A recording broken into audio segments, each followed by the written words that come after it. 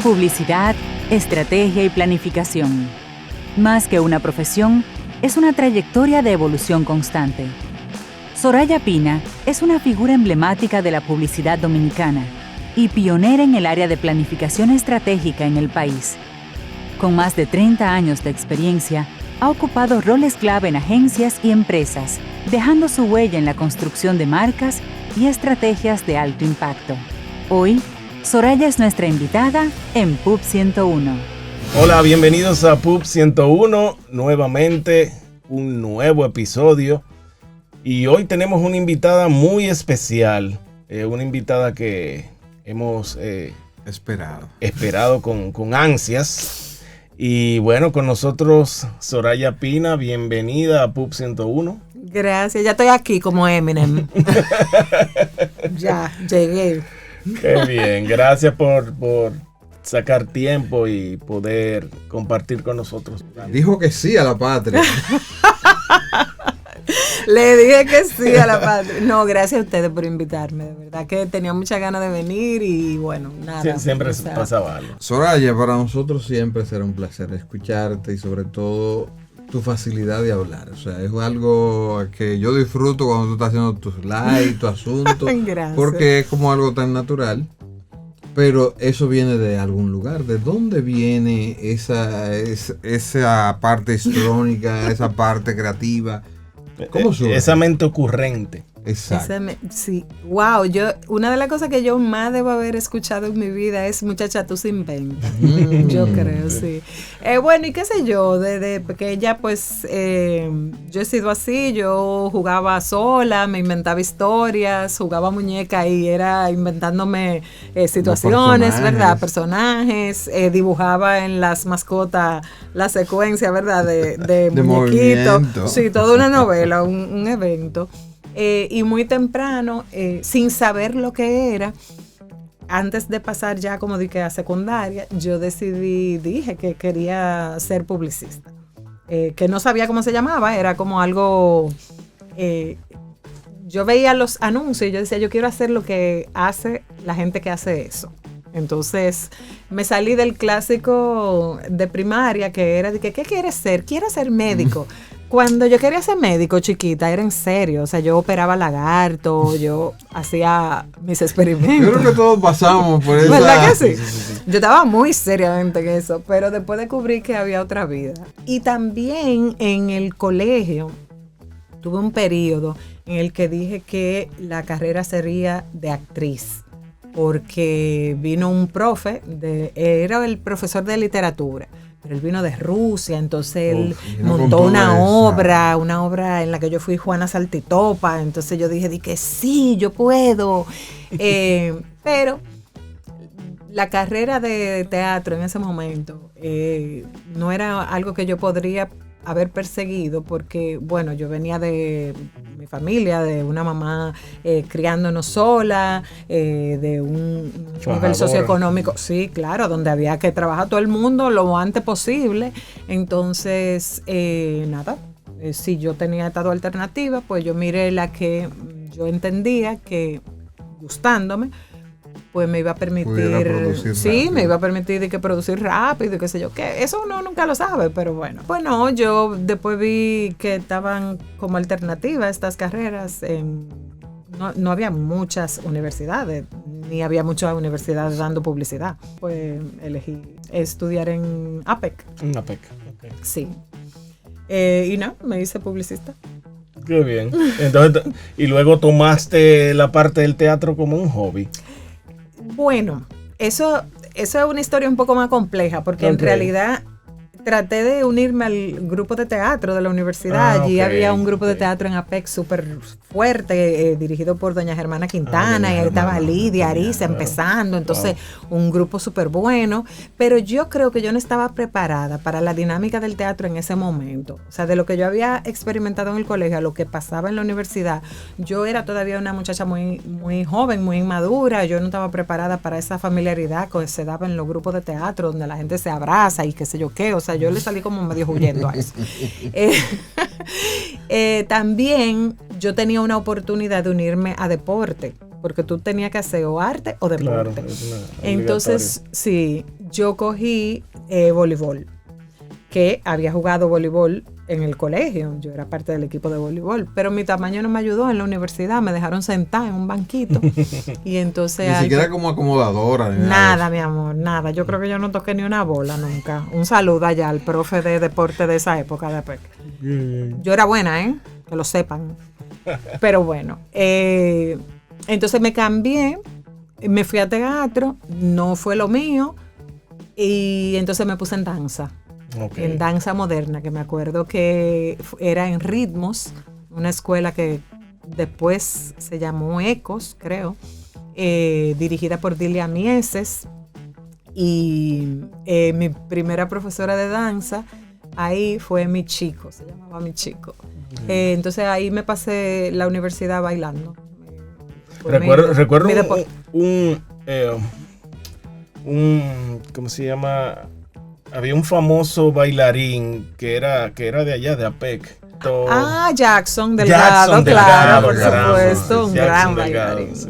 Una gloria nacional, así mismo. Sí. Recuerdo que era parte Él era parte del grupo porque también en esa época hubo no solamente danza moderna, hubo danza afro. Entonces eran Jackson, Soraya y Marily Gallardo. Era un grupo muy fuerte, muy poderoso, claro. Y de ahí a la agencia, ¿cómo llega? Exacto, ¿cómo llega esa oportunidad? ¿Alguien te encaminó? Sí, totalmente. ¿Te atreviste y dejaste tu portafolio de repente? Yo estaba... Tú sabes que yo tuve la suerte de que mi mamá trabajó como asesora. Mi mamá nada que ver, era contable. Doña Olga. Sí, doña Olga. Con mucho cariño la recordamos. Así es. Ella... le tocó hacer un trabajo para FCB, que era una de las agencias, si no la agencia más grande de ese momento, y entonces me contrata ella a mí para que yo acompañe ese trabajo que ella estaba haciendo, y era un trabajo de organización y método. Mi mamá hacía eso. Entonces, dentro de eso, había que organizar todo el archivo de esa publicitaria que le estoy diciendo que era como de la más grande de este país porque manejaba Colgate, Nestlé, ¿no? Colgate, sí. O sea, marcas grandes, Banco Popular, creo, marcas muy grandes. En fin, que ustedes saben que todo era manual en esa época y todos los artes. La cantidad de arte que hay que recortarlo, ¿verdad? Todo así, mira. Y entonces la versión 1, la versión 2, la versión 3, la de no sé qué, el arreglo de no sé cuánto, la fecha tal, la fecha cual, el periódico tal, el periódico cual. Entonces todo eso había que ordenarlo. Ella estaba haciendo ese archivo. Entonces, ¿a quién le tocó ordenar eso? A usted. A mí.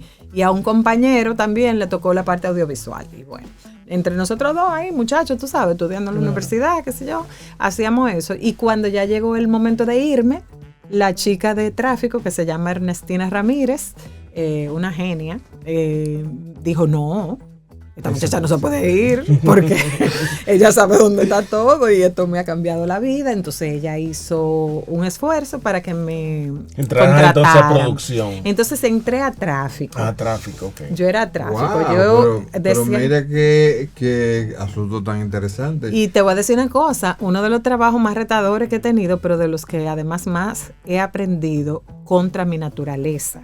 Es decir, yo no soy una persona estructurada, no soy una persona, para decirlo en otra palabra, organizada. Y ahí en ese departamento hay que ser muy organizado, muy estructurado, llevar cuenta de las fechas, de los proyectos. Bueno, eso ha evolucionado y yo entiendo que es la base en las agencias de lo que hoy es Project Management. O sea, claro. Y así era como ella lo enseñaba. Pero sin software. Sin software. El software. El software. El software era Tito, que tenía un machete, un colín. Y te decía que tú lo quieres para cuándo.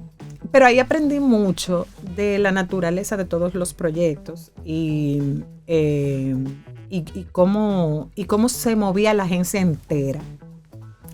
Entonces, también, porque yo creo que ahí era...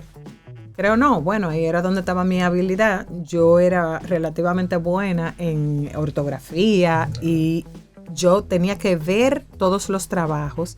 Yo leía todos los trabajos y ya cuando yo los llevaba para firmar y aprobar, porque eso era así, o sea, era de este creativo al director de su grupo, al director creativo general y todo el mundo tenía que firmarlo y después el ejecutivo de cuentas. Entonces yo iba, mira, Pero cuando eso llegaba donde el señor Pantano, que era el jefe en ese momento, Jorge Pantano, ya yo le llevaba una notica y le decía, mire, yo creo que eso no se escribe así, yo creo que aquí va tal cosa, y él parece que siempre mirando, tú sabes, en alguna oportunidad yo dije que yo estaba cansada de estar en tráfico, que yo tenía la universidad, tenía que terminar mi universidad y no sé qué, y él dijo, no señor, usted no se va de aquí, usted se va para creatividad. Y yo dije, ay. Wow. Y entonces entré como copy. Pero después me enteré que ahí hubo como un pequeño debate en la agencia porque Carlos Azar, que era el gerente de esa agencia, decía que yo debía estar en medios. Entonces supe con los años que Pantano y Carlos se peleaban, se disputaron. Digo, tengo que decir eso porque es verdad, y por qué no. Como que decían que no, que yo debía ir para este lado, que yo debía ir para qué, pero Pantano decía que no, que imposible, que yo me iba a morir en medios, como que del aburrimiento, lo que fuera. Y nada, y ahí entré en creatividad. No, pero qué chulo. Por ahí empecé. Bien. Yo le digo a los estudiantes que aunque ahora mismo está muy específica las carreras, ¿verdad? Sí. Si entraste a creatividad, ya eres creatividad. Si te entraste a diseño, te vas para diseño. Yo le decía, ustedes tienen que aprender, tanto el de diseño tiene que aprender a redactar como el de creatividad a diseñar. Sí. ¿Por qué? Porque usted no sabe por dónde que viene la oportunidad. Y mire este caso tuyo, que es insólito porque es la primera vez que yo escucho que alguien que fue creativo durante tantos años y que luego llegó a cuentas, ¿verdad? Sí, después fui a cuentas. Entró por tráfico. Yo entré por tráfico. Y tú sabes que después de cuentas fue para estrategia. La parada de cuentas fue una de manejo de clientes. Fue una parada necesaria para yo llegar a donde también ya yo sabía que necesitaba llegar, pero no había esa posición en el país. Luego de FCB, ¿te mueves a otra agencia? Sí, claro. Siendo creativa en FCB, copy,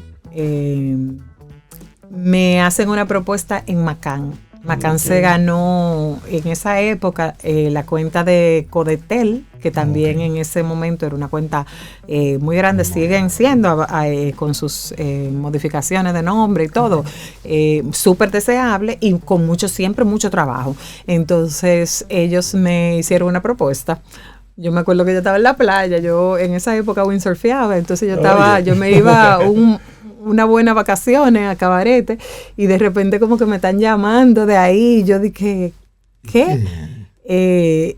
Y yo, bueno, pero yo voy la semana que viene y mi mamá me decía, ¿cómo que tú le dijiste que tú vas la semana que viene? Tú tenías que arrancar para acá. Y yo, no, espérate, porque espérate, así tampoco. Y cuando vine a esa entrevista, pues nada, era para ofrecerme trabajar con esa marca, una marca súper retadora, una marca grande, en una agencia que estaba como más fresca. En FCB se trabajaba mucho, pero había muchos cambios en ese momento. Carlos se había ido a hacer su casar, se había ido a Milcar Calaf, que también era uno de los seniors de cuando yo trabajaba en FCB. Y entonces como que en medio de esos movimientos, pues esta otra oferta pareció como una buena oferta. Y entonces me fui para Macán, y en Macán tuve un recorrido bastante lindo porque yo empecé como copy del grupo de Codetel, junto con un grupito que todavía son mis amigos.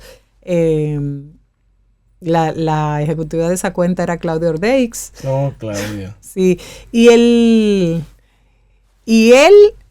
ilustrador, diseñador, espérate que yo no me quiero olvidar, él era José Tomás. José Tomás. Sí, ¿Ustedes se acuerdan? Yo recuerdo, porque recuerdo que él ilustró un proyecto estando yo en Partners. Ilustrador, sí, era muy bueno. Ilustrador. José Tomás, lo recuerdo, sí. José Tomás era insufrible, debo decirlo aquí públicamente, porque era demasiado exigente. Mira, y era aerógrafo. Él ilustró aerógrafo, mi amor, uno de los primeros aerógrafos. No era computadora. No, ¿qué computadora? No, perdón, como yo trabajé en agencia de Rico, Yo vi computadora desde que las computadoras nacieron, muy temprano. Había un PC y cosas, pero no en... No, perdón, un iMac de esa, de la azulita, de colorcito, bueno, claro. Estamos hablando de 90 y pico. Claro, en el 93. Es cierto. No, y además... En APEC ya teníamos laboratorio con Mac. Yo en la uni no tuve oportunidad de computadora, la primera fue en FCB, pero de verdad que a veces uno tiene que mirar para atrás y decir, wow, pero yo sí tuve suerte. Yo trabajé en agencias grandes con marcas grandes y entonces los recursos eran los últimos. Sí. Llegó esa computadora, todo el mundo le puso la mano a esa computadora, ya tú sabes. Y sí, José Tomás trabajaba en aerógrafo, pero ya tú sabes que para hacer ese boceto había que durar qué sé yo cuánto tiempo y aquello era un fuete porque lo único que no ha cambiado nunca es el fuete, la urgencia. Y de ahí entonces pasé a directora de grupo. Como directora de grupo me fui dando cuenta de ciertas cosas que como creativa yo no quería hacer, no estaba dispuesta como a seguirme puliendo en esas áreas. Una pregunta, Soraya. En esa época, supongo que habían pocas mujeres creativas en la dirección creativa. ¿Cómo era el ambiente para una mujer? ¿Qué tan retador era? ¿Había competencia con el hombre? ¿Cómo se manejaba esa situación? ¿O no viviste algo parecido? Yo viví muchas situaciones juntas, ¿no? Porque sí, había oportunidades, siempre siento que ha habido oportunidades a donde yo me he acercado, ya sea por los jefes, los compañeros, compañeras, ha habido oportunidades. Pero sí, definitivamente había favoritismos, había preferencias, había sesgos de género. Yo trabajé con un jefe misógino directamente, con una persona que hacía comentarios que de verdad yo lo miro ahora y yo digo de que este tipo estaría trancado, tú sabes, en algún reformatorio. Era incómodo. Yo siempre he sido de las personas que he podido usar mi palabra para contrarrestar, y mi carácter, para decir lo que yo pienso para atrás sin importarme mucho lo que pierdo y digo directamente lo que pierdo en términos, por ejemplo, de trabajo y cosas como esa. Yo no le he tenido miedo a eso. Yo digo que si tú me botas de aquí porque yo te dije que tú dijiste algo inapropiado, problema tuyo. O yo voy y vendo plátano o enseño inglés. Siempre aprendan inglés, señores, para que puedan ir a dar clases de inglés. Usted da su bocha y se va a dar clases de inglés. Sí, es verdad. Entonces, yo viví esos momentos desde ese carácter que es medio guerrero que yo tengo. Pero sí tuve compañeras que no pudieron vivir lo mismo. Tuve muchas compañeras que vieron que su carrera era disminuida. Yo tuve una compañera de dupla, que es una de las diseñadoras más disciplinadas y cumplidoras con las que yo he trabajado en la vida, que todos los días se veía sometida a un comentario de, bueno, pero ¿y cuándo van a contratar diseñador en tu grupo? Uf. Una cosa horrible, ¿tú entiendes? Mientras que trabajos no mucho mejores técnicamente, era de que tú ves, así es como las cosas se tienen que hacer. Era evidente que había. Y era muy evidente que había como un sesgo ahí de género. Para crecer, pues, ¿qué te digo? Yo sentía y veía la posibilidad de pedir y que eso se fuera materializando. En mi caso, en el caso de otras compañeras gráficas y en dirección creativa, pues yo no puedo asegurar que al 100% como que siempre tuvieran esas oportunidades, pero había gente en casi todas las agencias, había mujeres empezando. No voy a decir que estas sean contemporáneas conmigo, porque quizás son un poco más jóvenes, pero por ahí andaba Paulette, y andaba Francesca, y andaba Katy Martínez. O sea, había gente que yo conocía esos nombres. Angie Díaz también, sí, que fue, sí. Estaban ya un poco más, yo creo que ella quizá es un poco más adulta, que Silvia, que estaba en Interamérica o en lo que era Interamérica, había alguien más, si se me escapará, en Thompson. Elena Ramírez. Elena Ramírez, por Dios, o sea, excelente. Elena Ramírez tuvo mucha difusión y mucho crecimiento hasta que su vida lo permitió. Era muy respetada, además. Y obviamente, doña Damari todavía estaba bien. Sí, que claro, no me comparo nunca con esa generación porque era una generación que ya estaba más establecida. O sea, a pesar de que ahora uno mira para atrás y claro que éramos todos contemporáneos, todos los que estuviéramos trabajando como quizá en ese momento, pero definitivamente eran ya personas con mucha más trayectoria. Y en un tiempo quizá más difícil. En el caso de doña Damari. En el caso de doña Damari tiene que haber sido bastante complejo, pero no creo que porque estuvieran las condiciones que nosotros estamos viendo hoy, sino simple y sencillamente porque este era el momento en el que las mujeres estaban comenzando a tomar este tipo de roles. Exacto. Y entonces ahí estaba doña Venancia, ahí estaba doña Damari, pero tú sabes qué, que yo tengo la sensación, pero quiero decir, en todo este tiempo siempre he podido mirar alrededor y decir, hay mujeres fuertes en la publicidad dominicana que han logrado dirigir, que han logrado mantenerse dirigiendo, Cesarina, Nonora, Telma, Milagro, sí. Venancia, Damari. Y no solamente que pasaron, pero esas son las quizás un poco más mayores, pero que comenzaron el negocio. Sí, comenzaron su negocio, otras han llegado y se han hecho cargo. Entonces, sí, yo siento que se ha hecho un trabajo, se ha hecho un buen trabajo. Mucho. En el lado creativo, pues en el lado creativo siempre hemos estado discutiendo en la industria y no solo aquí, en el mundo entero, de la permanencia de la mujer dentro del ámbito creativo de las agencias, porque obviamente es uno de los departamentos más golpeados en términos de tiempo, tiempo dedicado, en términos de, yo diría que también de trato. La autoestima se lacera mucho en esos ires y venires. Sí. La conformación social también impacta muchísimo porque de ti no se espera que tú estés tanto tiempo dentro del hogar, por ejemplo, entonces que tú tengas que amanecer, que tú tengas que dedicarte mucho al trabajo y no sé qué. Está bien para el hombre, pero no tanto a la mujer. Que te iba a hacer, o sea, ¿cómo Soraya logra el balance mujer, madre y profesional? En un medio, como tú estás diciendo, donde no se estila que una mujer esté tanto tiempo fuera de agencia, de su casa, y sobre todo cuando le dicen a las 6, 7 que ya tú estás recogiendo, mira, esto hay que hacerlo. Sí, mira, tú sabes que yo viví mi carrera, yo me casé a los 33 años.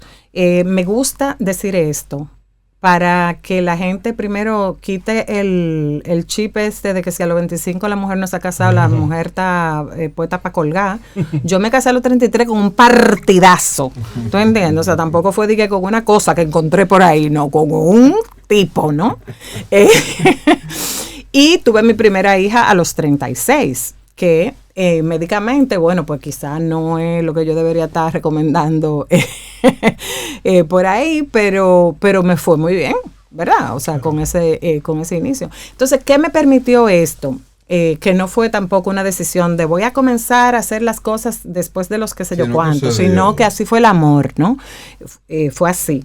Pero, ¿qué es lo que esto me permitió? Que yo me dediqué muy intensamente a mi desarrollo profesional en esos años, y como quiera yo tenía vida.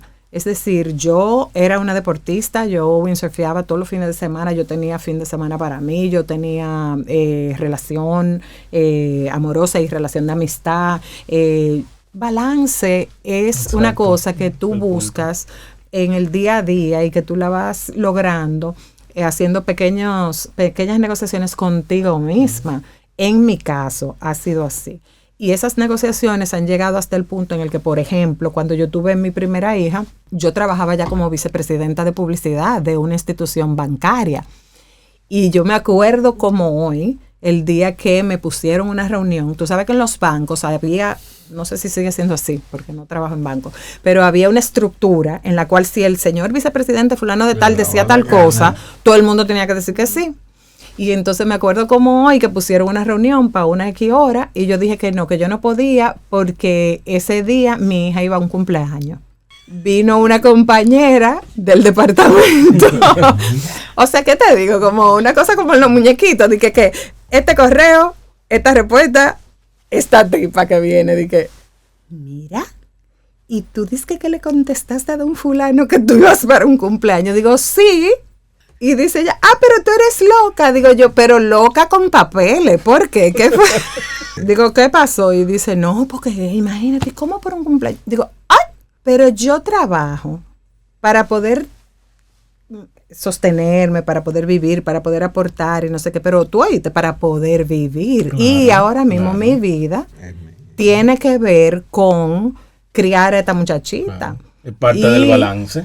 Ajá. Entonces esa reunión la están poniendo para tal hora y yo considero que yo le puedo decir a una persona, mira, no, porque yo ya tengo otro compromiso. Yo le pude haber dicho que yo iba para el médico a sacarme una hemorroide, pero no me no me pareció necesario. Pero fuiste honesta. Claro, y tú sabes qué. La honestidad, tú sabes que la honestidad crea roncha. Pero no, óyeme bien. Deshonesta. Déjame decirte lo siguiente. Ese mismo muchacho, cuando ya por fin nos reunimos, me dijo, qué bueno que tú mandaste ese correo diciendo por qué tú no venías. Y yo, ¿qué? ¿Por qué? Y dice él, porque aquí la gente no se atreve a decirte que no. Yo lo vi súper bien. No solamente que lo vi súper bien, a mí me sirvió de lección. Yo cuando me tenga que parar de aquí e ir a buscar a mis hijos, yo lo voy a hacer así mismo. Y yo dije, ay, pero qué lindo, qué hermoso. Sí, así es. Entonces, ese balance uno lo va construyendo también a riesgo. Es decir, hay que poner algo sobre la mesa si tú quieres negociar ciertas libertades. Hay entonces, cosas que no se negocian. Esa no era negociable. No digo que todos los días había un cumpleaños, porque también, tú entiendes, pero sí, había momentos que yo no me quería perder y entonces lo fui combinando y aprendí. Esa dinámica la aprendí.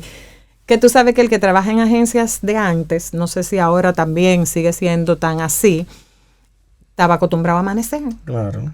O sea, yo tuve que desaprender eso en mi vida. ¿Te sentiste mal alguna vez yéndote temprano con el sol afuera? Nunca.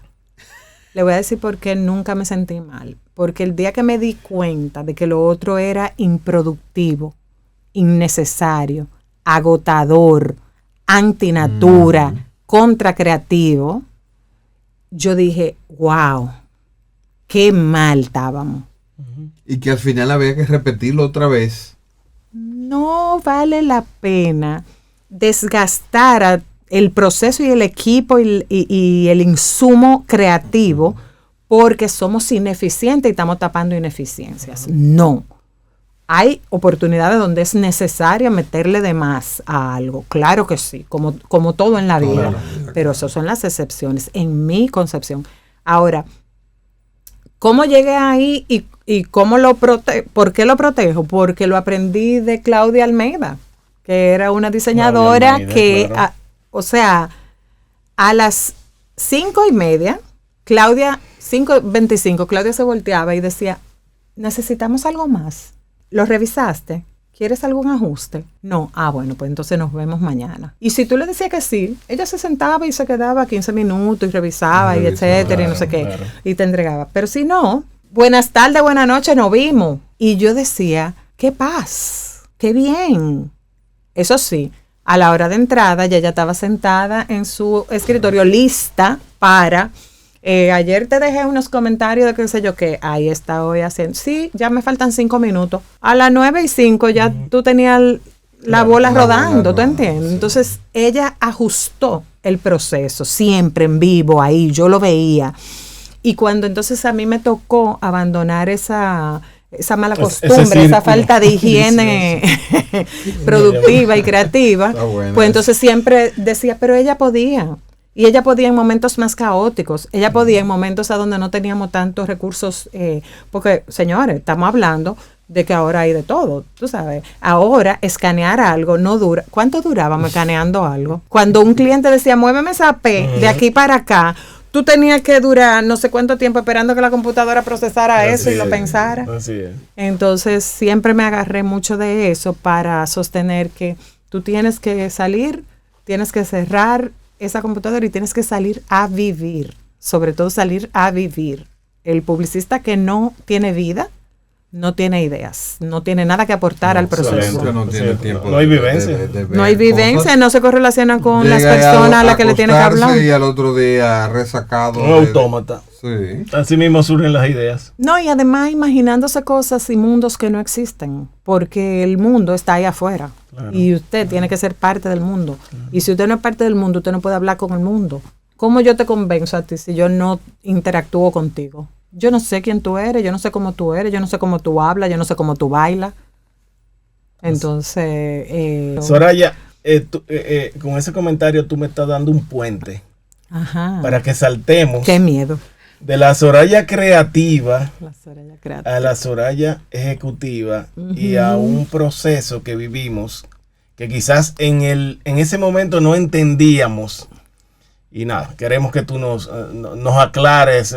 Ya no tenemos la duda, ya entendemos lo que es, pero que nos hables de qué te motivó salir del área creativa. Obviamente, no quiere decir que un ejecutivo no sea creativo. No, claro. Pero ¿qué te motivó a saltar del departamento creativo y sobre todo al departamento de cuentas? Y no solamente eso, sino que siempre está el pinche entre el ejecutivo y el creativo. Sí, mira, yo me di cuenta de que las decisiones estratégicas se estaban tomando en otro lugar. En ese momento yo no tenía el vocabulario para llamar las decisiones estratégicas. Yo simple y sencillamente entendía que a mí me mandaban a hacer un montón de disparate y que yo lo tenía que hacer porque yo era la creativa. Y yo era la que estaba al final de la rueda de decisiones. Y yo decía, yo tengo que moverme en esa rueda o escalera o lo que fuera a un sitio más cerca de donde se toman las decisiones originalmente. Para que no venga. Para que no venga este disparate.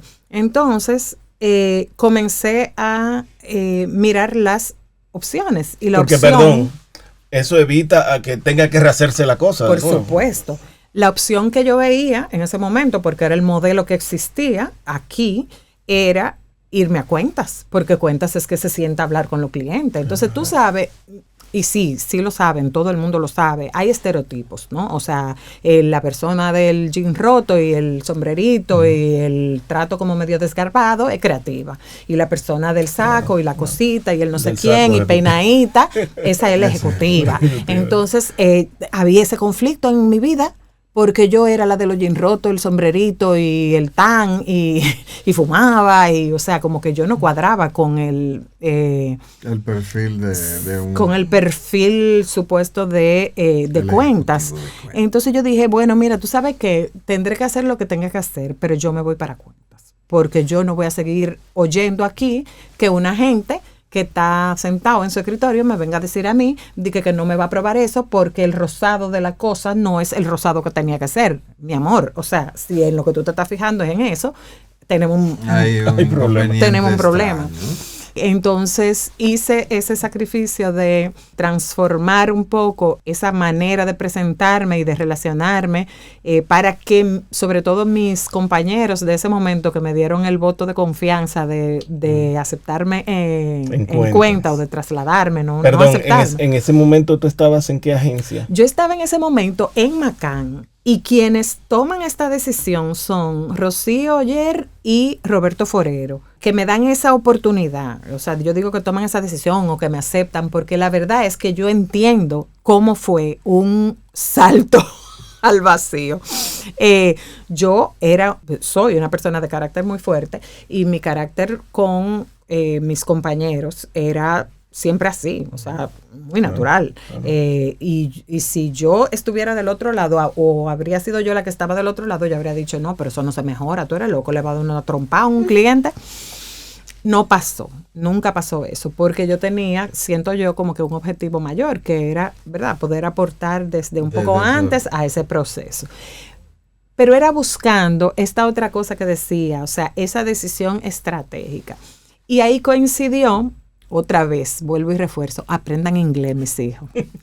Había una serie de entrenamientos que a mí me mandaban porque yo sabía inglés y porque por desenvolvimiento no tenía temor de venir a enseñarlos para atrás. O sea, como que yo aprendía y venía y daba el cursito. Pues entre ellos, justo habiendo pasado a cuentas, viene el de planning estratégico, de account planning. Y entonces ahí yo dije, ay Dios mío, ¿esto existía? Esto existía desde los 60. O sea que ahí se dio ese híbrido por primera vez en mi carrera de estoy en cuentas, pero también haciendo planning. O sea, tuve las responsabilidades de planning. Y ahí hubo un cambio en McCann de gerencia, un cambio que a mí no me acomodaba. Había mucho desgaste en la relación interna dentro de la agencia, entonces vino este otro elemento nuevo de una dirección distinta, y yo en ese momento, después de algunos conflictos ahí, y dije, tú sabes que yo me voy a ir. Y entonces yo había agotado 8 años ahí. Wow. Yo dije, me voy de aquí. En el ejercicio de la posición. Bueno, no, entre que entré, ¿verdad? Claro. En creatividad, hasta que estoy ahí en ese momento, en esa posición, y dije, me voy. No tenía trabajo. Ni tenía cara para salir a buscar trabajo, porque yo era muy McCann. O sea, esa era mi agencia y todo el mundo sabía que yo era de McCann. Soraya de McCann. ¿Te costó como...? No, yo dije, yo no puedo salir a la calle a buscar trabajo, porque ¿qué van a decir de esta agencia? Entonces me quedé calladita, pero renuncié. O sea, no busqué nada. Y esa tarde, señores, yo puse mi renuncia por la mañana, Mari Carmen Severino, que eso es una locura, que cómo así, que qué sé yo cuánto, que aquello. Y en la tarde me llega una llamada de Nonora, que quería comer conmigo, que quería tomarse un café en un sitio que había en la Lincoln, que era como el primer café así como de chicas que había en este país. Carmel se llamaba. Sí, wow. Sí, Carmel en la Lincoln. Wow, señor. Un poco al lado de Codetel. Una cosa linda, Sí, Carmel. Y ahí ella me llamó.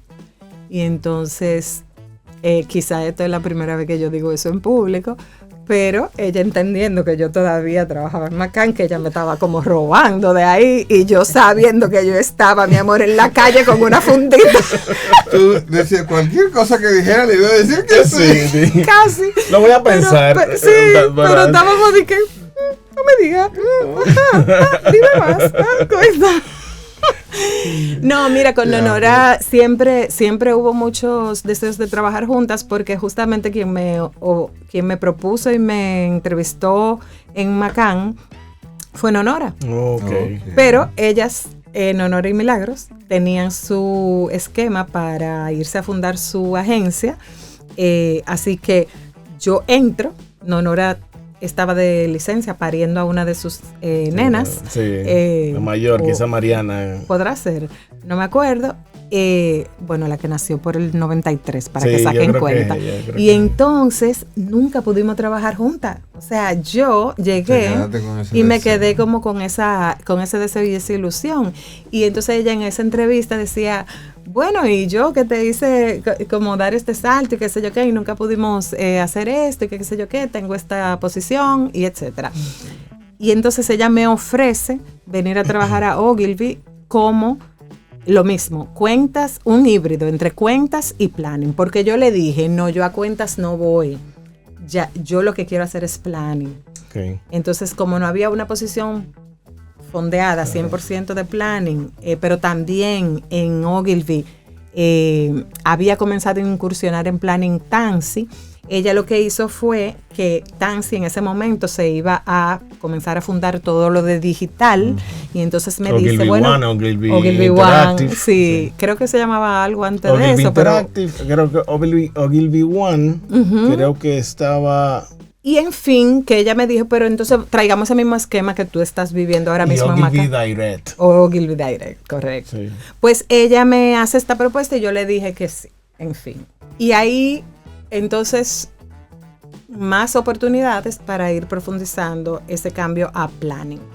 Porque Ogilvy es una red, siempre lo ha sido, Macan también, pero en las circunstancias en las que yo empecé mi posición de cuentas en Macan no me permitía acceder tanto a esa parte tan fuerte de planning que ellos tenían. En Ogilvy ya la conversación había sido diferente, entonces sí me podía enfocar mucho más en esto, y ahí mismo coincidió que Ogilvy dio entrenamientos mundiales con John Steele.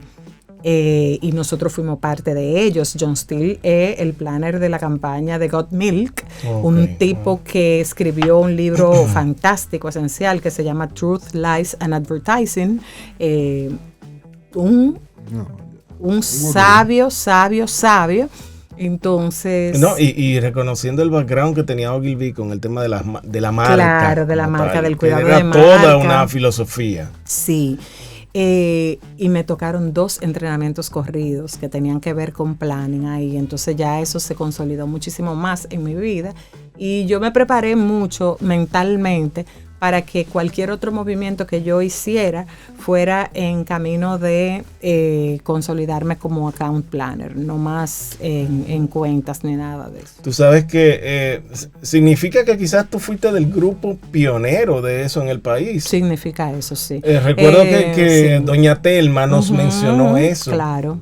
Que aprendió mucho de ti. Ay, qué lindo. Y te puso como ejemplo, como una de las pioneras en el planning en la República Dominicana. Tú sabes que nosotros, hay muchos estudiantes que nos siguen. Sí.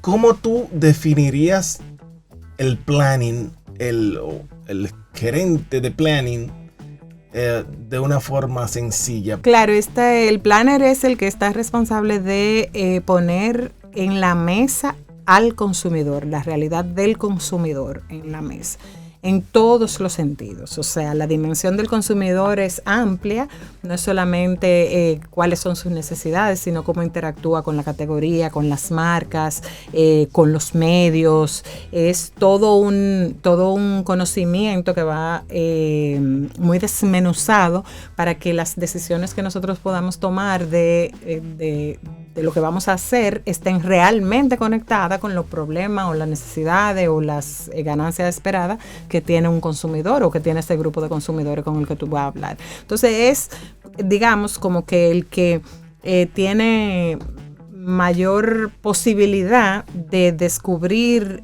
afinar y entender el problema real que habría que resolver para que la marca, resolviéndole eso a este grupo de gente, entonces resuelva su problema de negocios. Eso va más allá de tener una empresa de estudios de mercado. Oh, pero por supuesto, claro que sí. O sea, buenísimo si tú tienes la propia empresa de estudio de mercado, pero el estudio de mercado lo puede hacer cualquiera. El mercado ofrece su propio estudio ahora todo el tiempo. Tú puedes hacer social listening y aprender muchísimo. Lo que tiene que pasar es que haya una traducción de esto que estoy entendiendo, oyendo, recolectando, aprendiendo, acumulando como data, una traducción a, entonces, ¿qué hago con eso para que este problema o esta necesidad, esta ambición de marca se pueda conectar con eso, ¿verdad? Entonces, esa conexión, ese puente, es lo que el planner hace todo el tiempo. Pero me imagino que esa parte que tú estás hablando de traducir eso, como ya tú vienes del área de creatividad, te resultó muy fácil. Fácil nunca es, pero tengo algunas ventajas. Sí, porque no es lo mismo. Alguien que no ha tenido la experiencia de recibir y ese a pensar y eso, entiende que eso que está mandando en una orden de trabajo lo van a captar como tal. Claro, totalmente. Sí, mira, da muchas ventajas haber venido no solamente del área de creatividad. O sea, el trabajo de estructura que aprendí en tráfico me ayuda. Aunque nunca pude completar una función, una posición en medios, esa inquietud que tenía Carlos de que yo me aproximara al departamento de medios, me hizo en algún momento de mi carrera, cuando me fui a hacer cuentas, que profundizar el estudio de medios de la mano de Johnny Matos, que trabajaba en Macán, y yo me acuerdo que me acerqué a él y le dije, mira Johnny, tú me tienes que enseñar de esto porque yo no sé nada de esto, y si yo voy a hacer cuentas, yo tengo que saber de esto. Me ayudaron muchísimo él y Belkis de la Cruz y Doris, para que yo pudiera entender eso. Entonces, con todas esas dimensiones, obviamente es muchísimo más fácil, porque a veces tú escuchas, oyes al consumidor, oye los grupos focales, lee el estudio, no sé qué, pero si tú no tienes del otro lado el para qué me sirve saber eso, tú no extraes real conocimiento de ahí, tú no extraes sabiduría de ahí. Tú oyes, como si lo traemos a este tiempo, cuando trabajamos con la inteligencia artificial, si no sabemos escribir un prompt adecuado, no vamos a obtener lo que deseamos. Claro, así es. Y además, tú sabes que nosotros estamos viviendo en una época donde hay una gran saturación de conocimiento, de data, de información. ¿Qué hacemos con tanta data? Que cuando es demasiada, entra un sesgo de conocimiento que es choice overload. Quiere decir que, y también se aplica para el planner, al tú saber tantas cosas, terminas como que no sabiendo nada. Entonces sí hay que tener esa habilidad, no solamente la habilidad de negocios, de conocer de marcas y de negocio, sino también la capacidad de poder ponerlo en palabras. O sea, así mismo como nosotros como seres humanos aprendemos a hablar para poder sacar y comunicarnos y decir lo que necesitamos, lo que queremos y lo que sentimos, el planner necesita tener vocabulario para poder expresar qué es lo que estoy encontrando allí que se conecta con esto otro y que puede resolver esta situación, este proyecto. Me imagino que el planner no se queda en la oficina. No debe. Hay planners que se quedan en la oficina. Porque teníamos la parte, tuvimos la oportunidad de tener a Bachet y hablarle un poco y contarnos de lo que el creativo no puede quedarse, que él no entiende que esas agencias que son tan rígidas, que no dejan que la persona salga. Entonces, escuchando lo que tú dices, es lo que dice en la calle. Claro. Mira, no solamente el planner, yo lo dije ahorita, el publicista que no tiene vida, que no sale, que no tiene interacción con el mercado, no tiene nada que aportar ahí.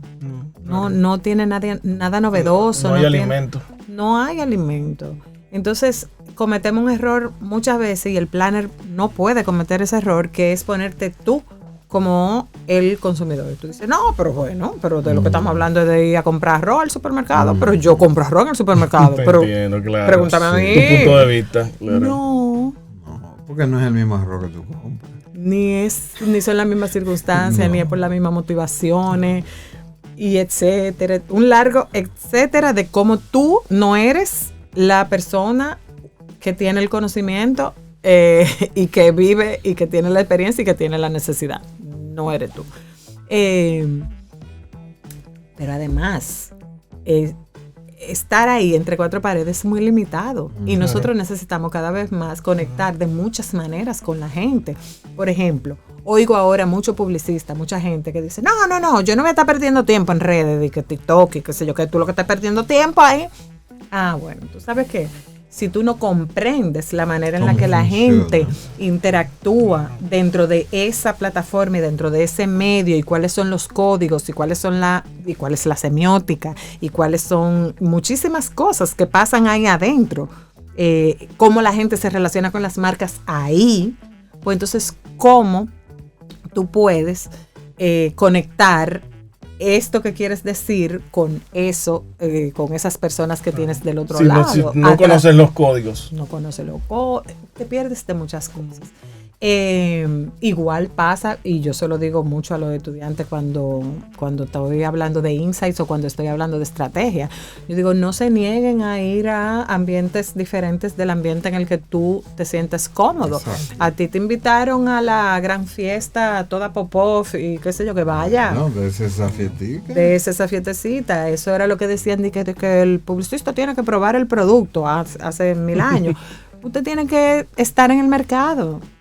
No te gusta el dembow, bueno, mi amor, óyelo para que tú oigas cuáles son los grandes tópicos que están ocupando la mente de una proporción de la población que seguro mañana tú vas a tener que hablar con ellos porque tú manejas un producto que tiene que ver con ese mercado. Y siempre hacerlo con respeto. Claro. Tú sabes que, permíteme confesarte, Soraya, que en aquel momento que tuvimos la oportunidad de trabajar juntos, honestamente, la primera impresión cuando entraste a la agencia fue un poco chocante para mí, porque yo tenía la percepción, o sea, la experiencia que había vivido trabajando con el ejecutivo tradicional, Sí. era que simplemente recibía un brief escrito en una hoja y nada, tenía que ponerme a trabajar. No había nada, no más. no había. Dame algo, un punto de partida. La cosa venía y volvía y volvía y venía. Y entonces uno se preguntaba, bueno, oye, pero ¿por qué tanto retrabajo? Exactamente.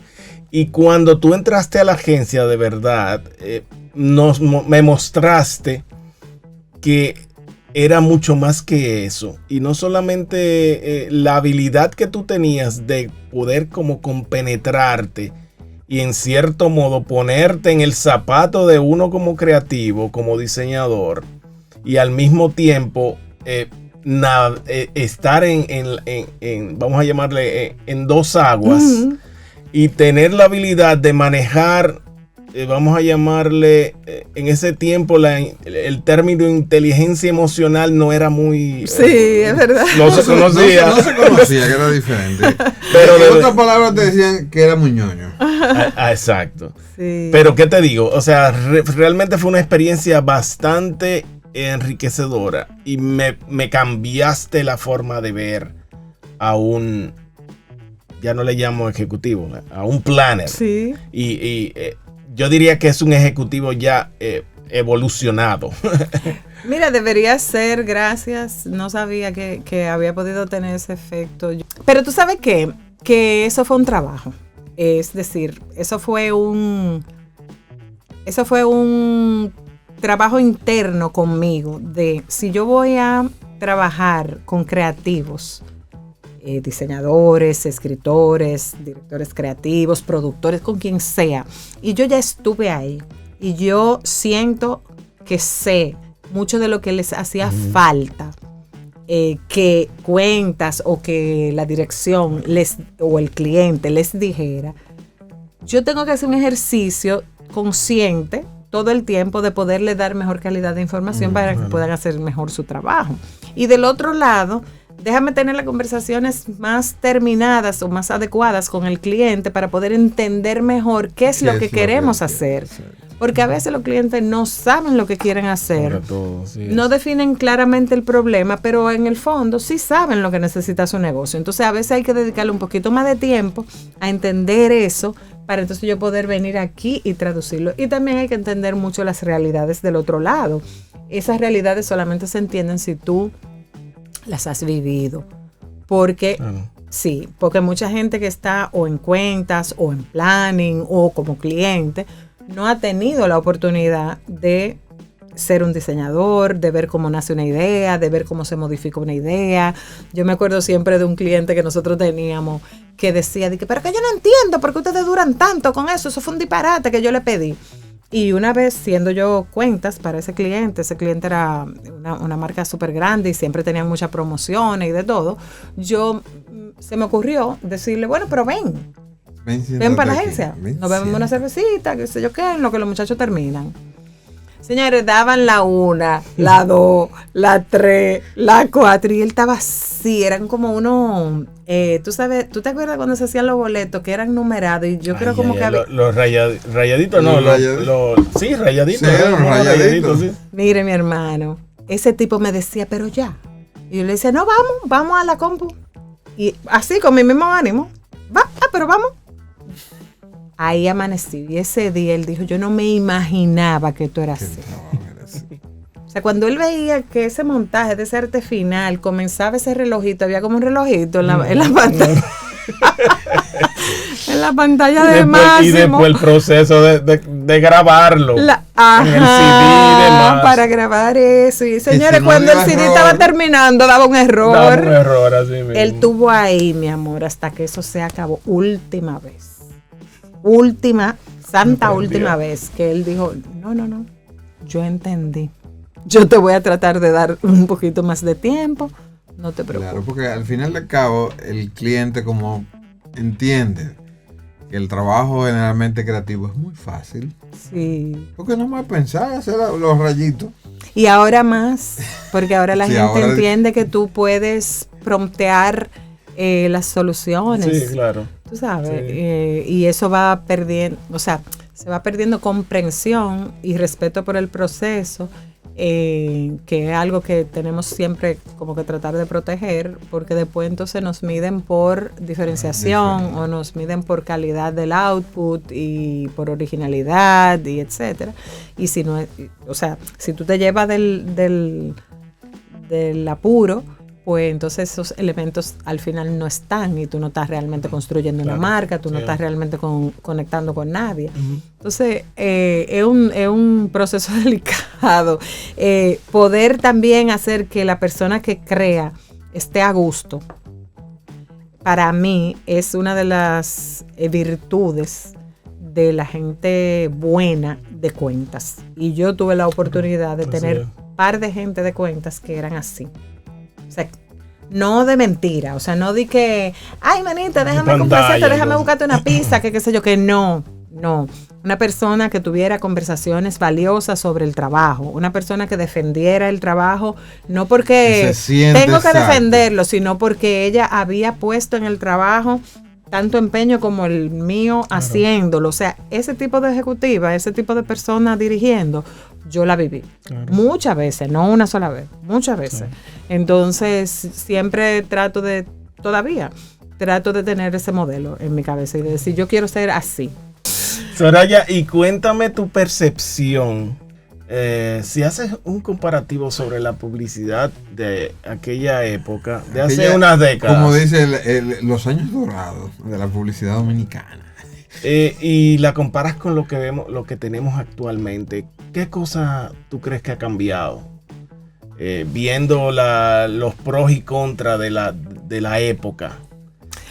Yo creo que nosotros ahora encontramos mucha publicidad que va realmente a resolver ciertos problemas que se me hace muy evidente que están ahí, que existen y que alguien los analizó y alguien los está atendiendo. Creo que antes había una publicidad más, voy a usar esta palabra aunque no es esa, pero más romántica, y entonces tenía más resonancia, porque primero había menos ruido alrededor, menos entretenimiento, menos info, había mucho menos de todo. Menos mundos paralelos. Con lo cual, una publicidad que trajera esos elementos se podía destacar muy fácilmente, o se podía agarrar de una... y no agarrar, pero... influenciar la cultura popular de una manera mucho más fácil que lo que posiblemente estamos viendo ahora, porque obviamente ahora hay mucho más competencia. Pero creo que en términos de efectividad, pues ahora nosotros tenemos muchísimo más en más marcas siendo más efectivo. Yo no estoy de acuerdo en que hubo época dorada todavía, o sea, yo creo que la nostalgia nos juega una trampa cuando nosotros vemos esas campañas que han sido campañas muy emblemáticas, que vuelvo y digo que se han colado en la cultura popular, pero que cuando tú vas a mucha de la data dura del negocio de esas marcas, eso no vendió tú te das tanto, cuenta eso de no. que el Claro. impacto no se sintió ahí. Si la publicidad tiene esa responsabilidad o no, pues depende de cada brief, ¿no? O sea, depende de lo que se estaba buscando en cada momento. La popularidad de una idea publicitaria también es importante y su permanencia en el tiempo, su grandiosidad histórica es importante. Pero yo no me dejo enamorar muy fácilmente de que hubo una época dorada. Son y no otros sé qué. tiempos, son tiempos Son diferentes. otros tiempos. Yo me acuerdo que yo fui creativa en un comercial que fue una cosa fantástica, como le fue a ese comercial, fue una cosa espectacular, un comercial que no podría ocurrir hoy.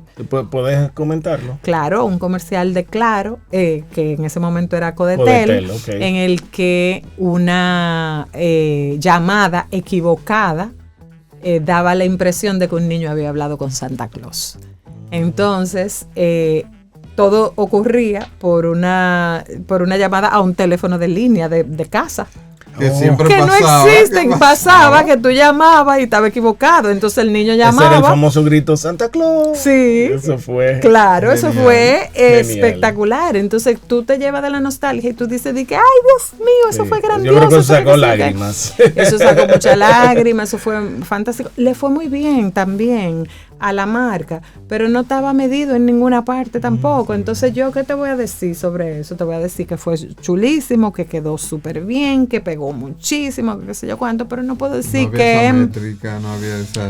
Bueno, en ese caso en particular no fue medido de ninguna manera como para yo poderte decir si eso era mejor que un comercial de ahora que se haga, que también sea muy emocional, que conecte muy bien y que qué sé yo qué.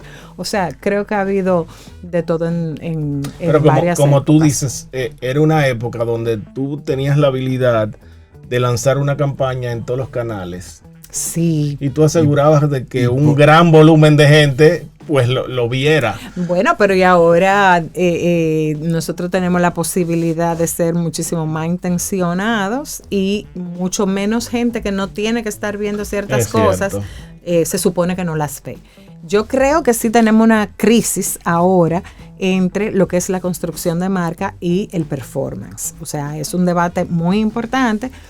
Nosotros tenemos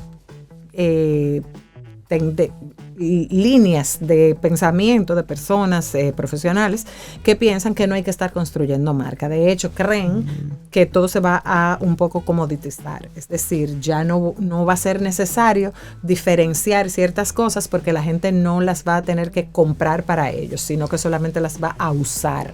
Por ejemplo, los carros, facilidades de todo tipo en el mundo. O sea, que ¿para qué tú vas a brandear eso si al final de lo que se trata es de tú montarte ahí y dejarlo botado allí?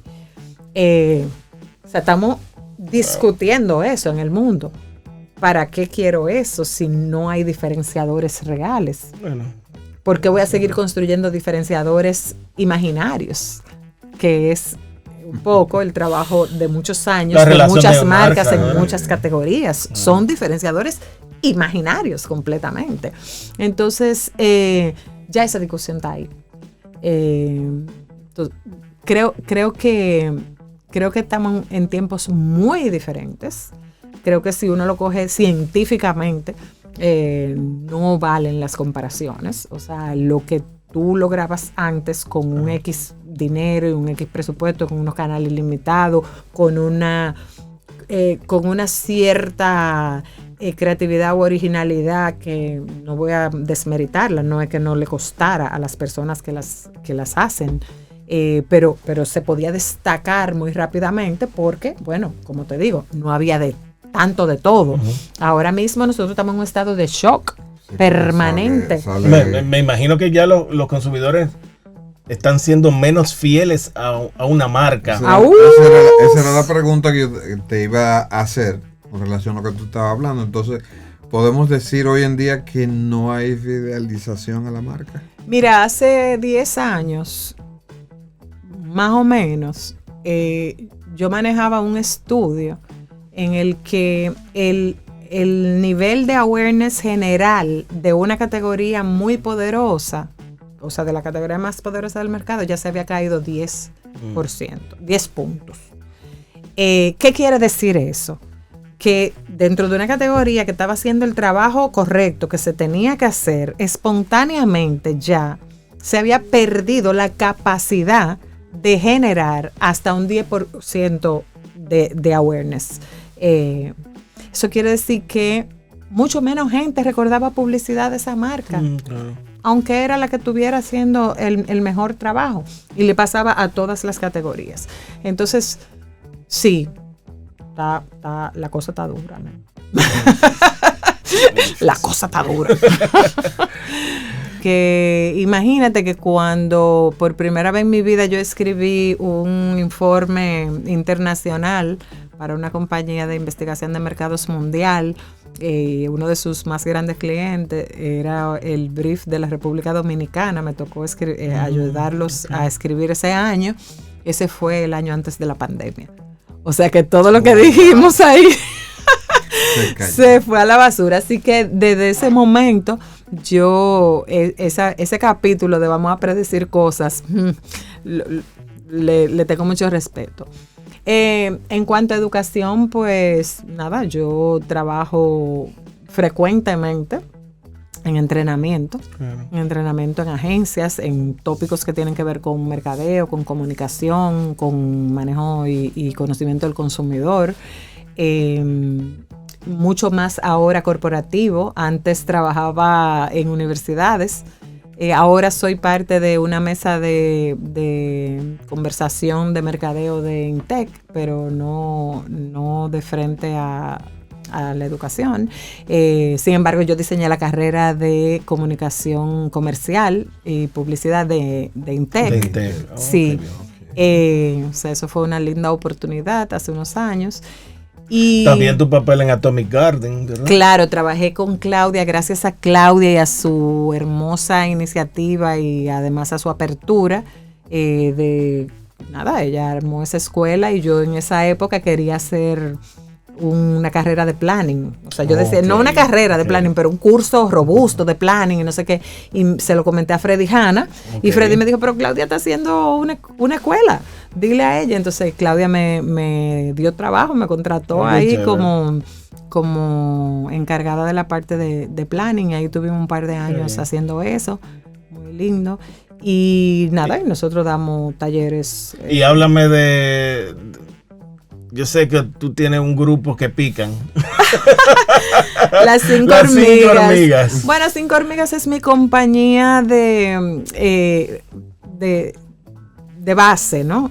Cuando yo me fui de Macán la segunda vez, porque yo después en mi carrera volví a Macán, ya yo iba a tener mi segundo hijo y entonces yo dije, bueno, ya creo que mi recorrido por agencias como que llegó al final.